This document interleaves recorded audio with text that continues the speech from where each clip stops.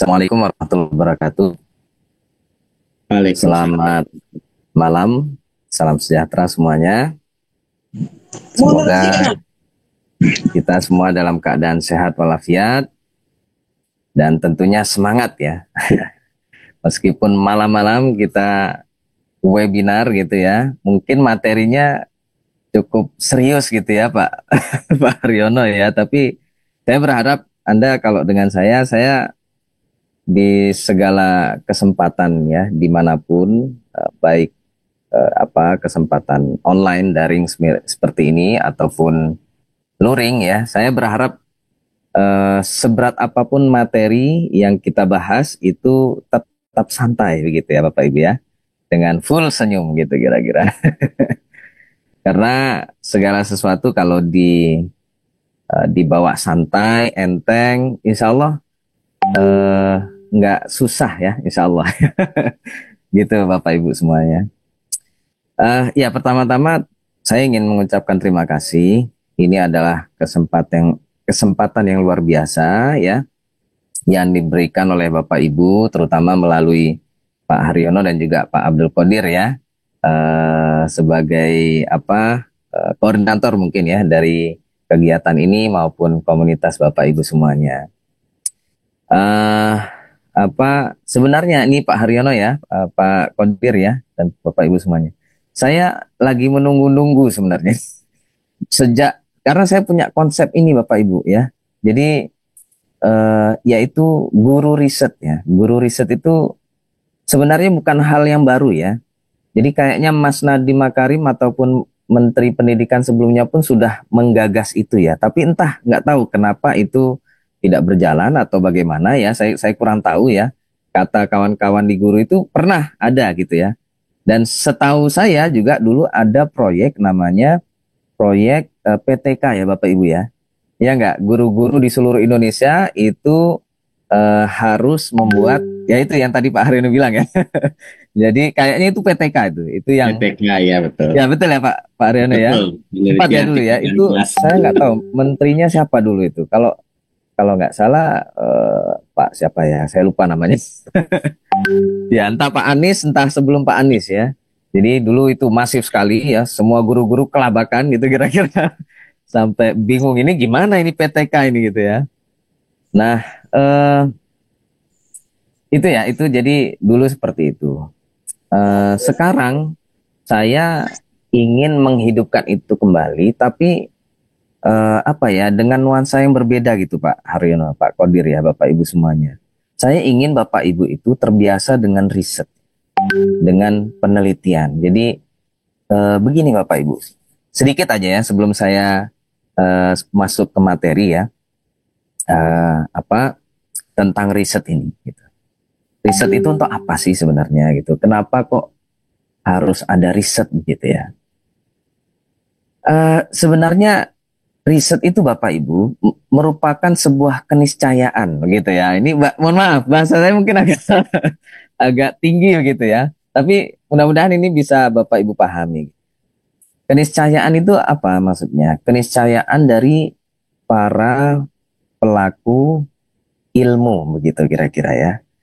Jadi Bapak Ibu ini kan orang-orang yang pelaku ilmu ya, guru begitu ya.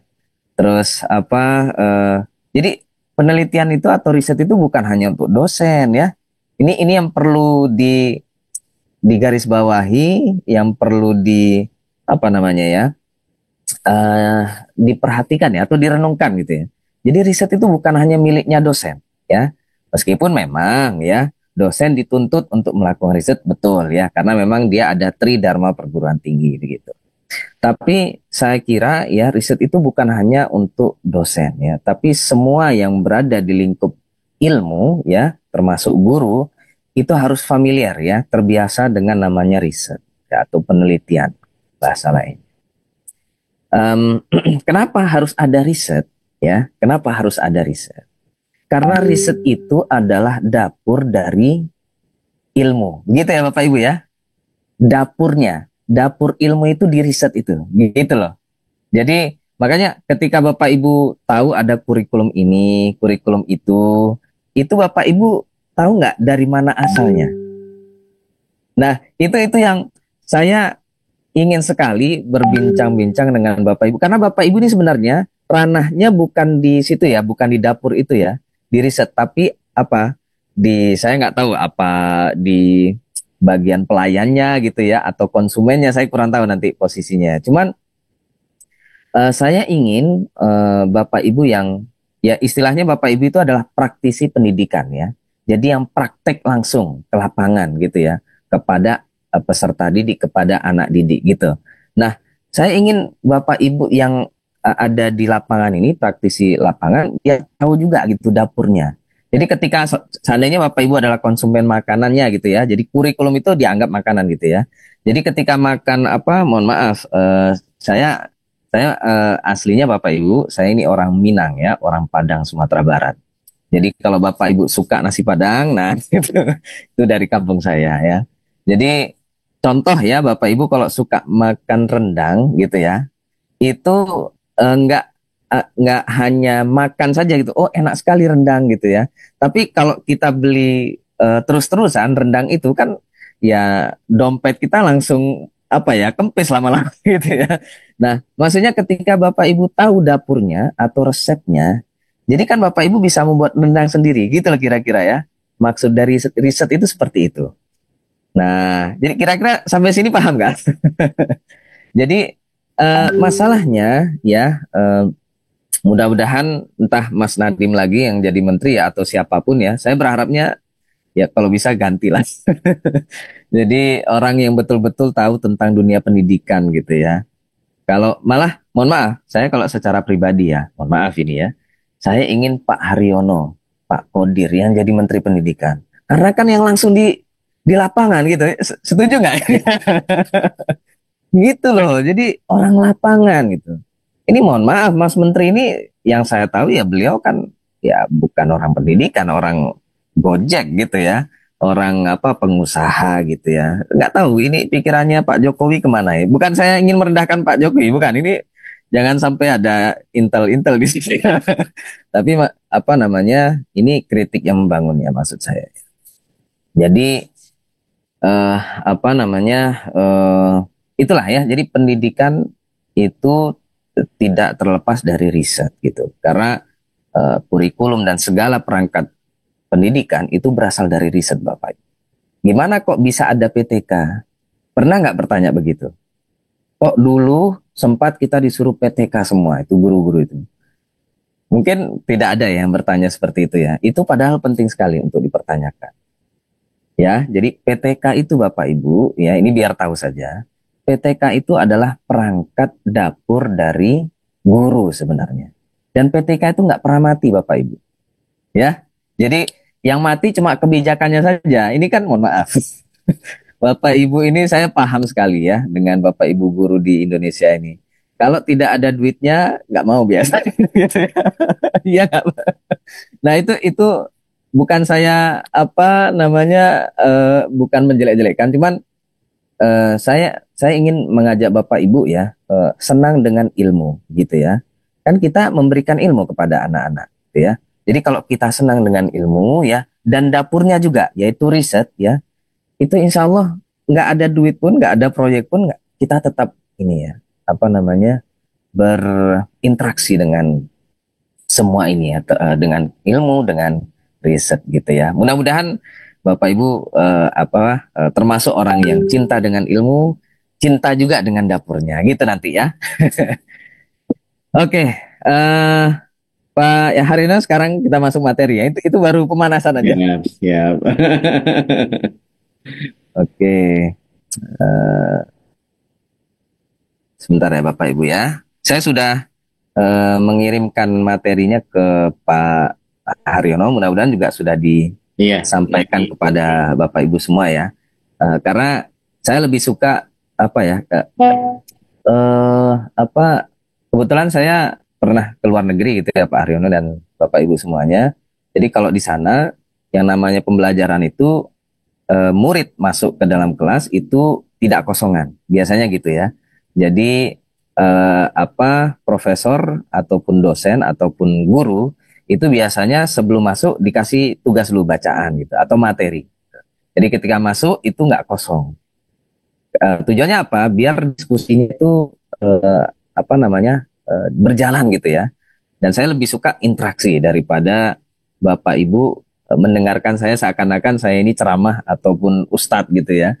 Saya apa meskipun dulu pernah gitu ya diundang menjadi khotib Jumat gitu, tapi saya lebih suka gini gitu ya. Jadi ada dua arah gitu ya, bukan satu arah. Karena tidak ada yang absolut di dunia ini, termasuk ilmu pengetahuan ya.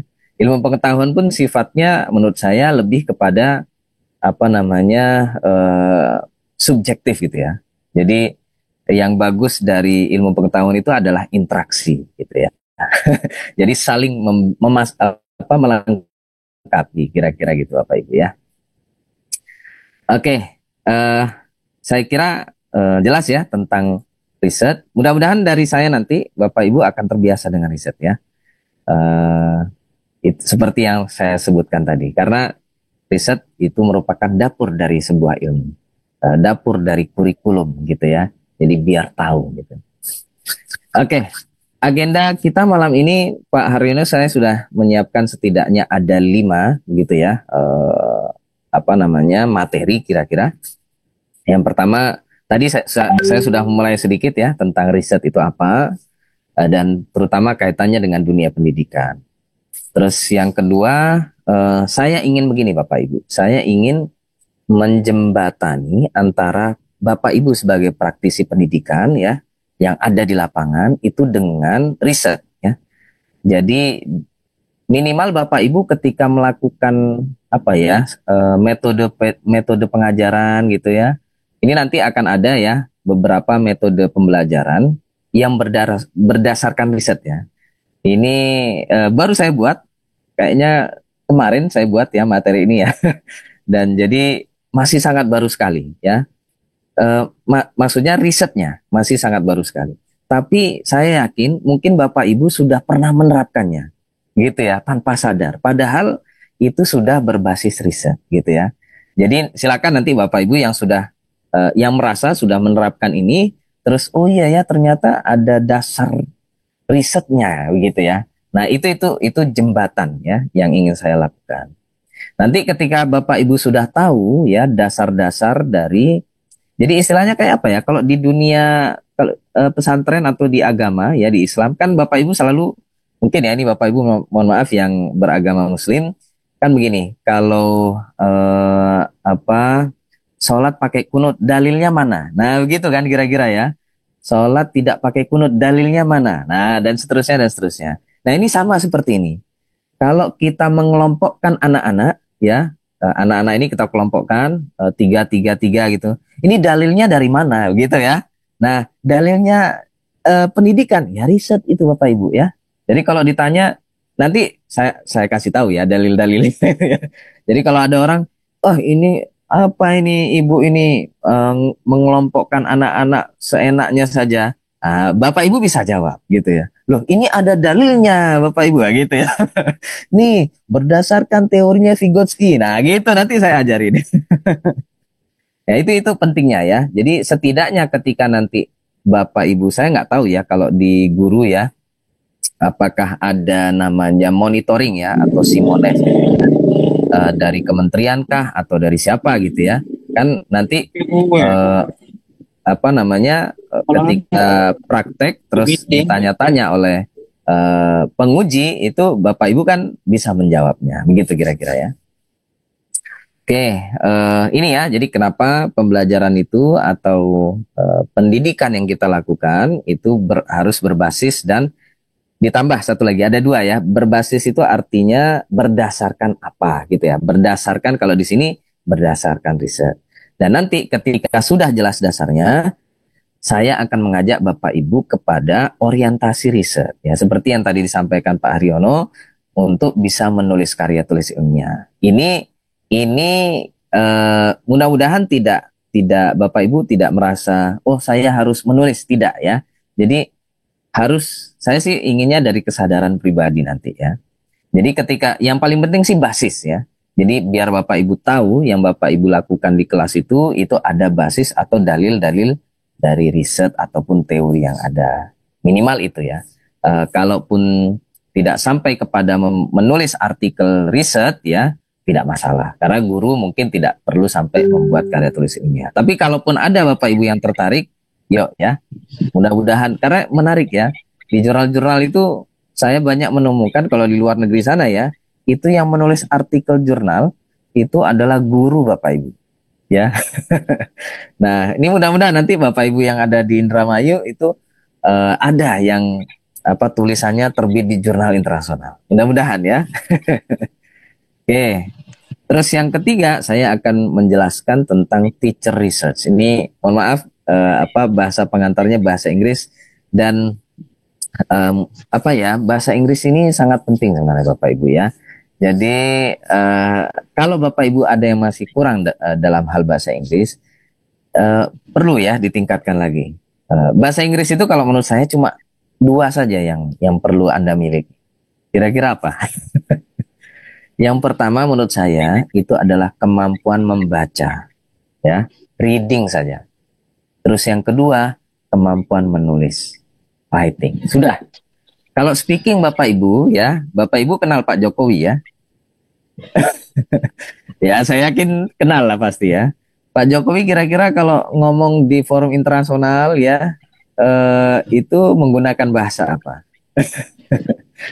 Nah, jadi kalau untuk speaking Bapak Ibu ya berbicara kemampuan berbicara itu tidak masalah ya, tidak perlu dirisaukan. Saya pun ketika berbicara dalam bahasa Inggris logatnya logat Minang, logat Jawa, sama kayak Pak Jokowi lah kira-kira gitu ya. Dan itu nggak perlu risau ya.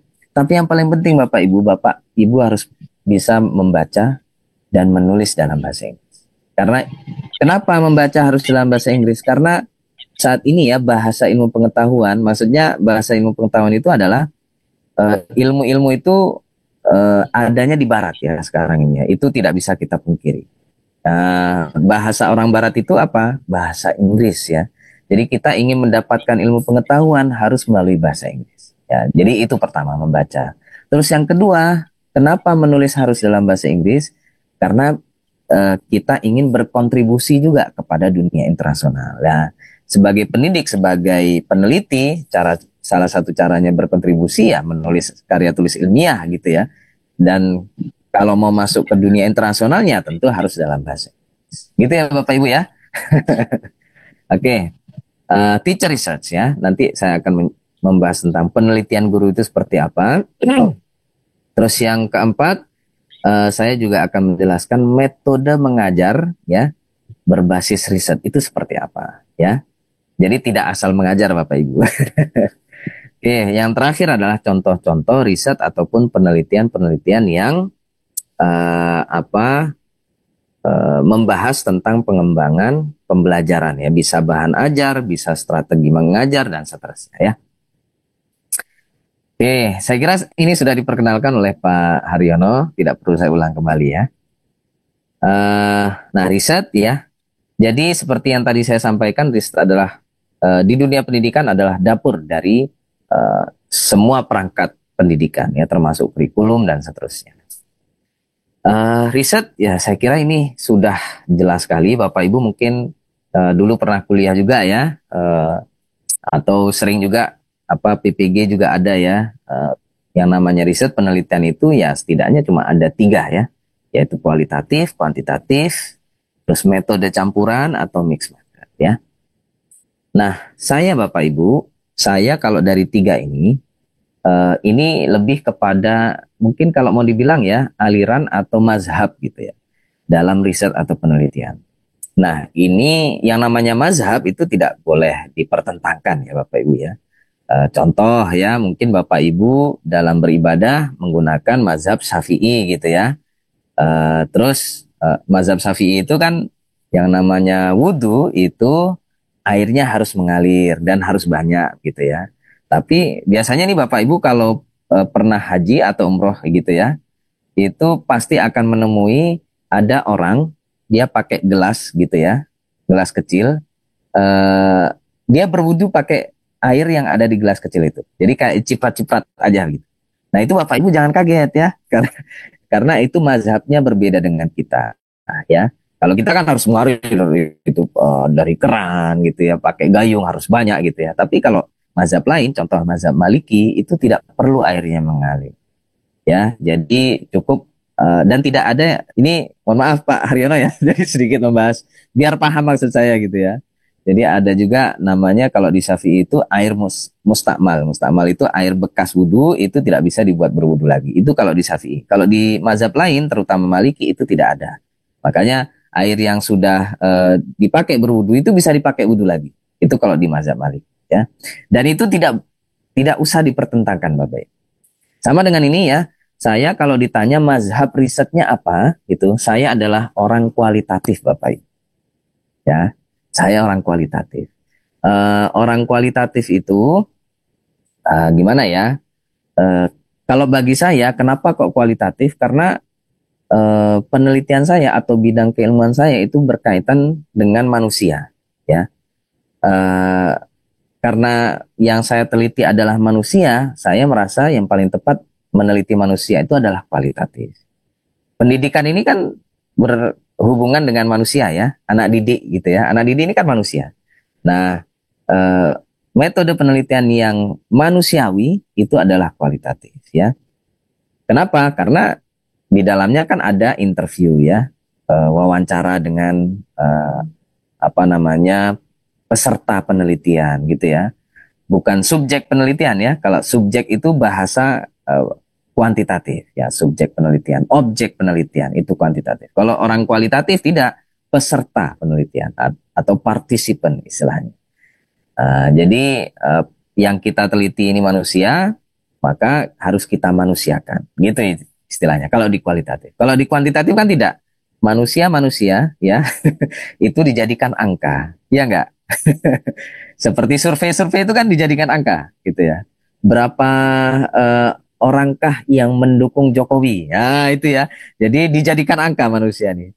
Tidak ditanya kenapa mereka mendukung Jokowi gitu ya dan seterusnya.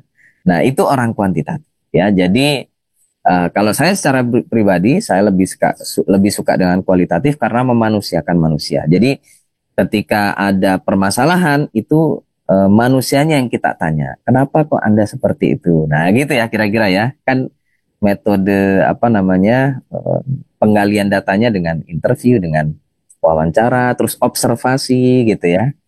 Nah, sangat manusiawi sekali ya. Kalau kuantitatif ya semuanya nilai-nilai gitu ya, dikasih nilai gitu. Kita tidak bertanya kenapa kok dikasih nilai demikian gitu ya. Tapi udah tahu nilainya begini gitu ya. Seperti Bapak Ibu tahu ya dengan PISA ya. PISA itu apa namanya penilaian ya, penilaian pendidikan gitu ya. Saya kurang tahu kepanjangan lengkapnya, tapi yang secara internasional. Kita negara Indonesia ini nilai PISA-nya masih sangat rendah gitu ya, berdasarkan survei orang PISA ini. Ya. Kalau saya tidak suka dengan PISA ya, karena itu kuantitatif, tidak memanusiakan manusia, terutama manusia yang nilai-nilainya direndahkan sama mereka gitu ya. Nah, gitu. Mereka belum tahu orang Indonesia ya biarinlah pisahnya rendah, tapi kan kita semua bahagia di sini. Gitu ya. Punya apa uang nggak punya uang atau apa makan nggak makan yang penting kumpul kan gitu ya orang Indonesia itu ya. Dan insya Allah tidak akan apa susah hidup di Indonesia itu. Karena UKT mahal pun ya masih bisa kuliah gitu ya. Oke, ini kita membahas ini Bapak Ibu ya, kenapa mengajar ya atau mendidik itu harus satu berbasis ya, berdasarkan ya, dan yang kedua harus berorientasi ya tujuannya untuk riset. Yang pertama Bapak Ibu agar ya pembelajaran kita itu tidak ketinggalan zaman. Itu yang pertama ya. Jadi mohon maaf. Ada metode mengajar itu secara ceramah. Seperti ini kan sebenarnya ceramah ya.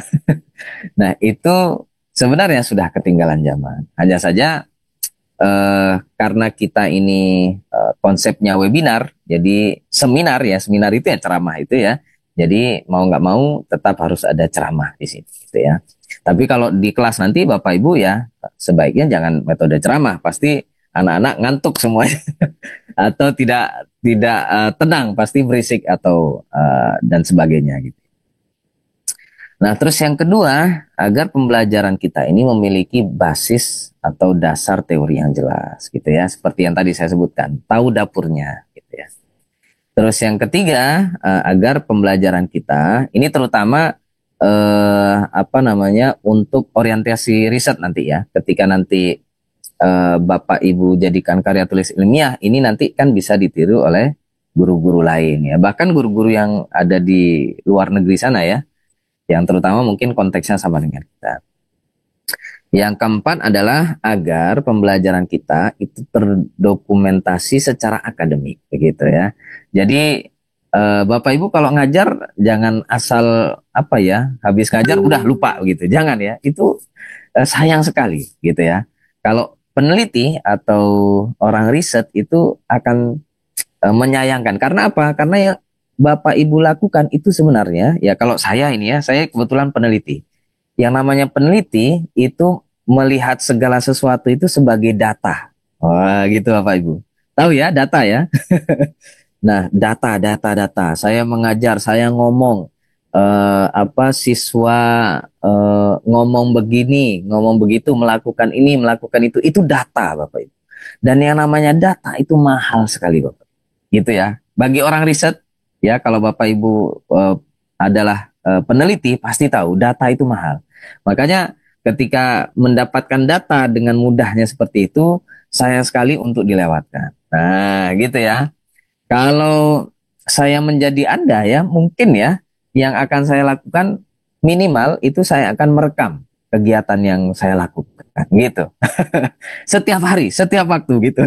Karena siapa tahu nanti dari kegiatan itu bisa saya ambil ya, saya jadikan karya tulis ini. Gitu Bapak Ibu ya. Terus yang terakhir adalah tentunya untuk pengembangan apa namanya profesi Anda sendiri ya sebagai guru, dan juga pengembangan ini praktik pembelajaran Anda ya, terutama tujuannya agar bertaraf global atau infrastruktur. Oke, ini gimana? Kita lanjut ya. Mudah-mudahan tidak pusing di sini. Ya, apa saja penelitian-penelitian guru itu? Ya, ini Bapak Ibu. Jadi sebenarnya banyak sekali ya metode penelitian yang bisa dilakukan oleh Anda sebagai guru. Ya, di antaranya menurut saya adalah etnografi. Ya, etnografi itu adalah bagaimana peneliti yang awalnya merupakan outsider gitu ya, atau orang luar, itu berinteraksi sedemikian rupa dan menjadi insider gitu, bagian dari yang diteliti gitu ya. Itu etnografi Bapak Ibu, penelitian etnografi. Biasanya ini dilakukan oleh orang-orang yang merupakan orang luar ya biasanya. Tapi kalau Anda kan bukan orang luar, Anda adalah bagian dari komunitas Anda gitu ya, guru pada sekolah. Nah ini tapi etnografi masih bisa digunakan. Hanya saja yang lebih tepat Bapak Ibu adalah yang kedua, yaitu classroom action research gitu ya. Karena Bapak Ibu kalau ingin meneliti cukup di kelasnya saja, nggak masalah ya. Dan PTK sampai kiamat insya Allah masih laku Bapak Ibu. Ini kabar baiknya ya. Oke, jadi yang kedua adalah classroom action research ya. Ya, yang namanya classroom action research itu ya, atau PTK itu yang meneliti apa di kelas sendiri gitu ya. Dan saya kira itu apa yang paling apa ya kalau mau disebut ya, paling logis ya, paling realistis gitu. Penelitian guru itu yang paling realistis ya di PTK ya, menggunakan PTK. Terus boleh juga menggunakan naratif kalau mau ya. Naratif itu ya cerita gitu ya. Jadi mungkin apa murid Anda ajak untuk menceritakan pengalamannya ketika Anda ajar. Boleh juga ya kalau mau ya. Dan itu insightful sekali ya. Insightful itu maksudnya ya menarik ya, apa ya, banyak informasi-informasi yang baik Anda sendiri akan mendapatkan manfaatnya, bisa juga orang lain ya. Ketika nanti artikel Anda terbitkan. Terus yang terakhir, mungkin juga Bapak Ibu pernah mendengar yang namanya lesson study ya. license study kapan-kapan lah ya. Kalau saya sekarang saat ini sedang menekuni dan juga apa ini namanya mengajak kawan-kawan untuk melakukan yang ini Bapak Ibu ya, yang paling bawah yaitu autoetnografi. Ya, autoetnografi ini menarik sekali karena ini adalah metode penelitian terhadap diri sendiri atau singkatnya meneliti diri sendiri Bapak Ibu. Nah, kalau Bapak Ibu tidak bisa mengambil data kepada orang lain ya atau kepada siswa Bapak Ibu ya mungkin bisa dicoba dari meneliti Bapak Ibu sendiri ya, diri sendiri saja. Nah, nanti yang dilakukan adalah apa ya? Datanya itu berupa apa ya? Tulisan atau cerita Anda gitu ya atau kenangan Anda ya. Contoh mungkin ya, perbedaan mengajar Anda ya, yang Anda rasakan ya sebelum PPG dengan setelah PPG. Nah, itu kan menarik ya. Ada nggak perbedaannya?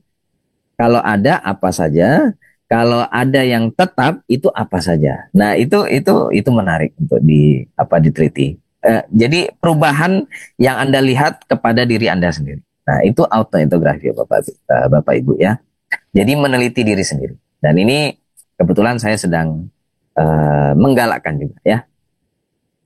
Oke, dan ini metode mengajar ya, di antaranya yang baru saja saya dapatkan ya, kayaknya tadi pagi ya, saya kebut karena kata Pak Haryono dimajukan hari ini Pak, apa malam nanti gitu. Oh, saya mah siap-siap aja ya. Pokoknya jangan jam sekarang Pak Fikri ya, jangan. Materinya belum siap masalahnya ya. Tapi kalau masih ada sekitar 5 atau 6 jam gitu ya, saya ada waktu untuk menyelesaikan materi saya. Nah, ini ada beberapa metode mengajar yang saya dapatkan dari artikel-artikel di jurnal-jurnal internasional, Bapak. Ya, dan ini masih terbatas ya. Jadi silakan nanti Bapak Ibu bisa mengeksplorasi lagi ya. Nanti saya akan tunjukkan websitenya ya ataupun apa ya website ya terutama ya kemana Bapak Ibu ingin mencari gitu ya metode-metode mengajar yang berdasarkan ini riset ya penelitian-penelitian. Sementara ini dulu ya, yang saya kumpulkan ada 3. Nah, ini kayaknya Bapak Ibu sudah pernah menggunakan ya. Silakan nanti kalau Bapak Ibu sudah pernah menggunakan metode-metode ini, silakan komentar ya, atau nanti disampaikan sharingnya juga ya. Nah, yang pertama Bapak Ibu ya, ada namanya metode mengajar menggunakan musik. Nah, Bapak Ibu ada nggak yang menggunakan musik ketika mengajar? Nah, ini menarik ya Bapak Ibu ya. Dan metode mengajar menggunakan musik itu sudah banyak juga dilakukan oleh guru-guru ataupun guru ya terutama ya di negara lain juga ya. Ini contohnya ya penelitian yang dilakukan oleh Sun. Sun ini kayaknya saya lupa orang Cina apa orang Hong Kong ya. Sun et al. Itu jadi ada beberapa penulis lainnya ya. Ini masih sangat baru sekali 2024 ya. Dan terutama konteksnya adalah pendidikan bahasa. Ini kebetulan pendidikan bahasa Inggris. Ya. Ini Bapak Ibu kalau guru pendidikan guru bahasa Inggris ya, mungkin bisa juga menggunakan metode ini ya. Kalau belum pernah, tapi saya yakin kalau Anda guru bahasa Inggris sering menggunakan musik ya, atau lagu-lagu untuk mengajarkan listening ya, atau bahkan speaking juga. Ya. Nah, ini Bapak Ibu harus tahu ya. Jadi sudah banyak penelitian-penelitian dan sampai detik ini ya, yaitu tentang penggunaan musik dalam pembelajaran bahasa, terutama bahasa Inggris atau bahasa asing. Terus yang kedua yaitu penggunaan atau menggunakan Google Docs ya. Tahu ya Bapak Ibu ya Google Docs. Google Docs itu salah satu fitur yang ada di Google ya. Google itu kan banyak sekali fiturnya. Nah, salah satunya adalah Google Docs. Nah, ini terutama untuk mengajarkan writing, menulis ya. Ini juga lagi-lagi masih untuk mengajarkan bahasa terutama ya, termasuk mungkin bahasa Indonesia juga bisa ya, dan bahasa-bahasa lain. Nah, ini penelitian yang dilakukan juga oleh orang luar ya sementara ya. Sebenarnya sudah ada sih beberapa penelitian yang dilakukan oleh akademisi atau apa ya ilmuwan dari Indonesia ya, tapi saya belum menemukan ya sejauh ini. Jadi masih orang luar yang saya temukan ini. Al Sahil ini kayaknya orang Arab sana. Entah negara mana ya, Arab itu juga banyak. Nah, ini yang kedua Bapak Ibu. Terus yang ketiga, nah ini juga mungkin Bapak Ibu juga sering ya menggunakan ini ketika mengajari kelas, yaitu Kahoot ya. Ini biasanya membutuhkan apa ya perangkat bantuan seperti proyektor gitu dan juga laptop ya. Kalau Bapak Ibu yang di sekolah-sekolah terpencil atau di daerah mungkin agak susah ya karena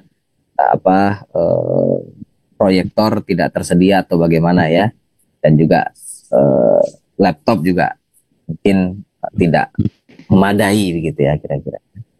Dan ini dilakukan oleh Ebadi. Ebadi ini juga kayaknya orang Arab sana ya. Ini juga kebetulan masih konteksnya pendidikan bahasa Bapak Ibu. Saya belum mencari karena waktunya udah mepet ya. Jadi saya baru menemukan ini. Kapan-kapan mudah-mudahan kalau kita ada kesempatan untuk bertemu lagi, kita bisa ngobrol ya. Mudah-mudahan untuk mata pelajaran IPA mungkin ya atau IPS itu metode yang digunakan apa saja. Ini lumayan banyak ini Pak Haryono. Saya dikasih waktu sampai jam berapa? Takutnya kelamaan ini Pak Haryono. Masih ada, Pak. Masih ada ya, masih ada ya. Sebenarnya saya inginnya kita interaksi saja gitu ya. Boleh. Oke. Mungkin sedikit lagi ya Pak Haryono ya. Sedikit lagi. Boleh. Biar selesai dulu, nanti silakan kita diskusi Bapak Ibu ya. Jadi ini menurut Roberts ya, yang namanya penelitian guru yang dilakukan oleh guru itu tujuannya adalah untuk mengembangkan praktek mengajar ya. Jadi ketika kita mengajar itu kan kita harus tahu ya kelemahan dari praktek yang kita lakukan, metode ya, strategi yang kita lakukan harus tahu kelemahannya di mana. Oh, ternyata dari 30 siswa yang ada di kelas, strategi yang saya gunakan ini ada 25 anak yang aktif, yang 5 tidak. Nah, seperti itu ya.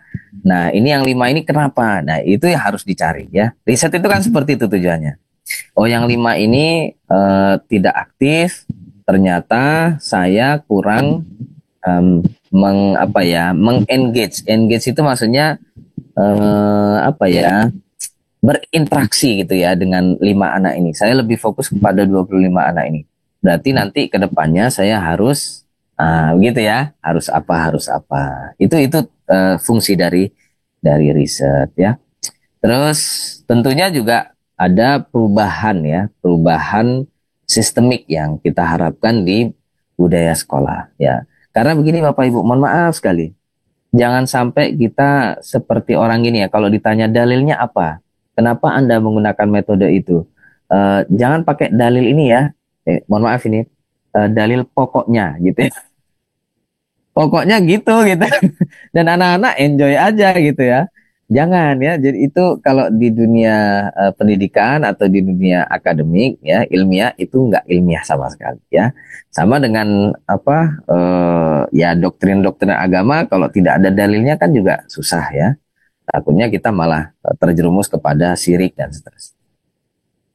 Oke, ya jadi harus kita melakukan riset itu tujuannya untuk menjadi lebih baik dan lebih baik ya.